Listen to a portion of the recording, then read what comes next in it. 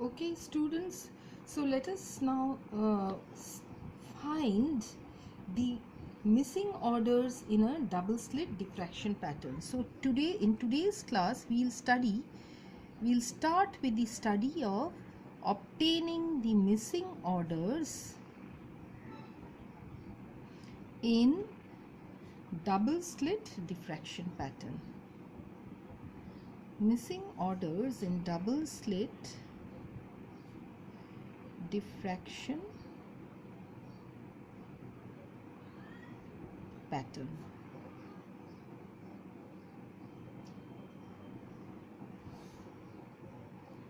Okay, so well, let's start off with let us start off with the slit width as A. Let A be the slit width for diffraction and B be the distance between the slits,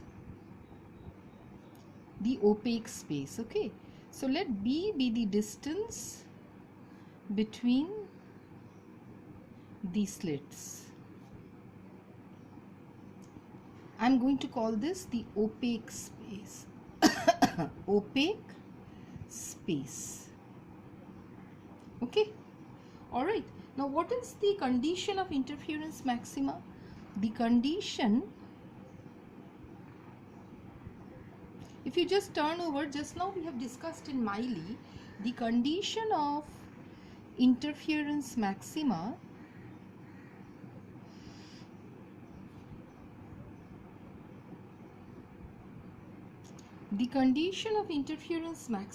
is given by A plus B sine of theta is equal to n lambda. Just turn your page, if you just go through the video or in your book also, you can see this is the condition for interference maxima. What is the condition for diffraction minima? The condition, if you just turn your page, you will see the condition for diffraction minima is A sine of theta is equal to P lambda. The condition for diffraction minima is A sine of theta is equal to P lambda. What is N and P? I am considering this as P now because we are considering both the situations simultaneously when an interference maxima will fall on a diffraction minima to get lost or missing. Alright, that is why I have to these are simultaneously satisfied for the same angle theta. So for the same angle theta, when these two conditions are satisfied together, what will happen? An interference maxima will fall on a diffraction minima to get lost. So which one will fall and which one will get lost? That is what we are going to study right now. Okay, so in this case, N and P are integers. Okay, N and P are integers. Now if the value of A and B are such, if we satisfy both the equations simultaneously, then how we will get which interference maxima is lost? How we will get that information? Let us proceed with that.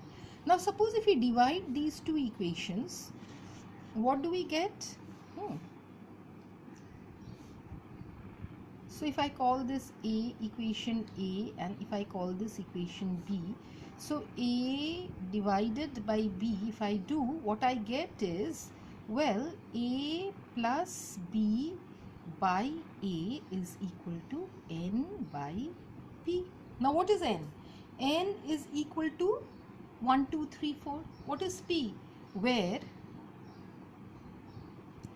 N is equal to 1, 2, like that it goes on, and P is also equal to 1, 2, 3, it will go on.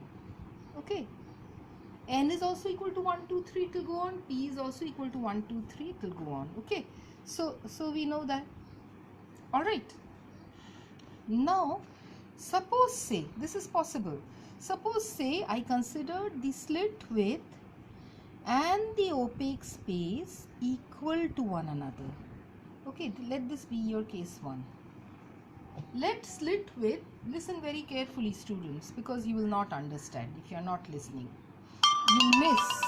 Okay, so suppose if the slit width and the opaque space are both having the same dimension, what will happen? You will put A over here instead of B. So n by P is equal to 2. So what you get over here is 2A by A equal to n by P equal to 2. What does that mean? It means n is equal to 2P.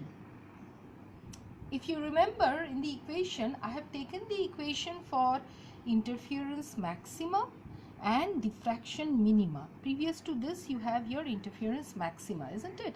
We took the equation for interference maxima and the diffraction minima. So here for n, if you put the value of n equal to 1, 2, 3.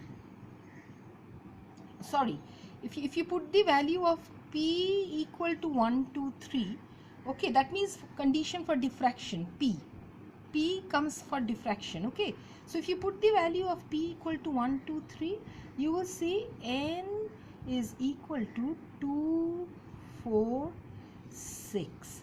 So for P equal to 1, 2, 3, n equal to 2, 4, 6 will be missing. So these will be missing. Okay, 2, 4, 6 like that, it will go on, it will be missing. Now remember that pattern. Let us look into that pattern which I drew very badly. Okay, this is your let's draw it for diffraction. Okay, like it goes on the dotted line, isn't it? And then you have your central maxima for diffraction. Okay, first order, second order,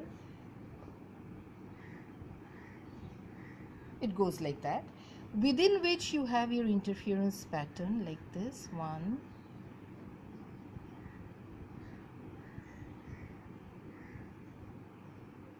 it goes like that. Okay,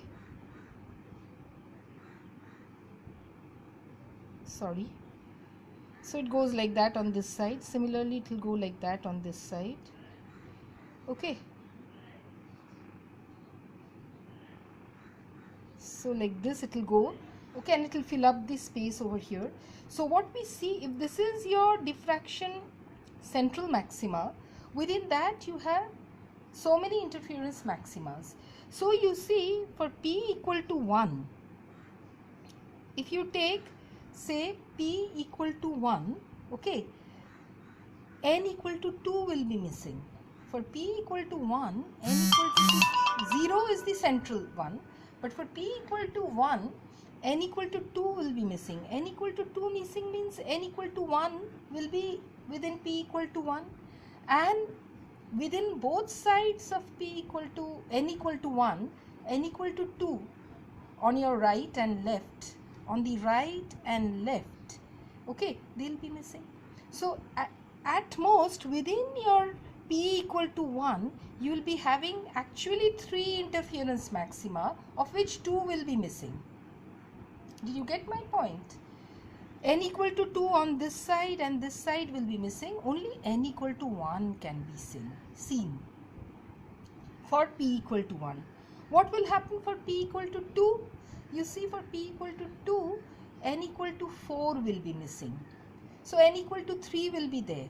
Okay, so you will see n equal to 3 on both sides and n equal to 4 on both sides will be missing. So for P equal to 2, you will see actually there will be 4 interference maximas, of which 2 will be missing.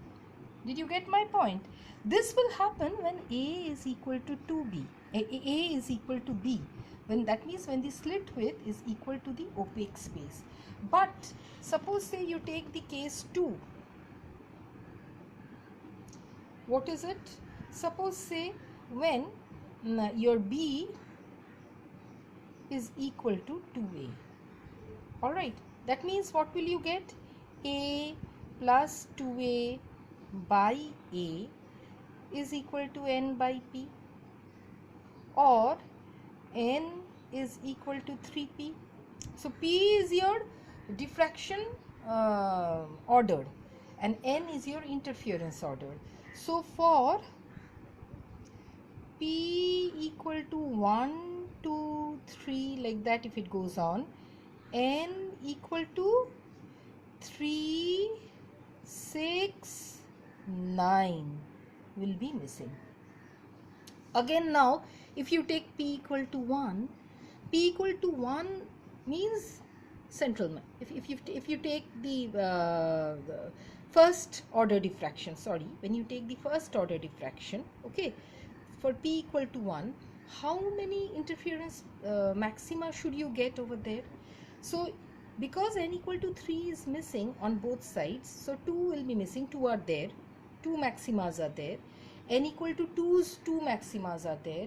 N equal to 1's 2 maximas are there. Okay, so how many are you getting? For N equal to 1, 2 maxima, for N equal to 2, 2 maxima, and for N equal to 3, 2 maxima. So there will be 6, isn't it? So on both sides of the central maxima, the number of interference maxima, how many will you be getting? There will be 2 actually, because 1 will be there, 2 will be there, 3 is missing.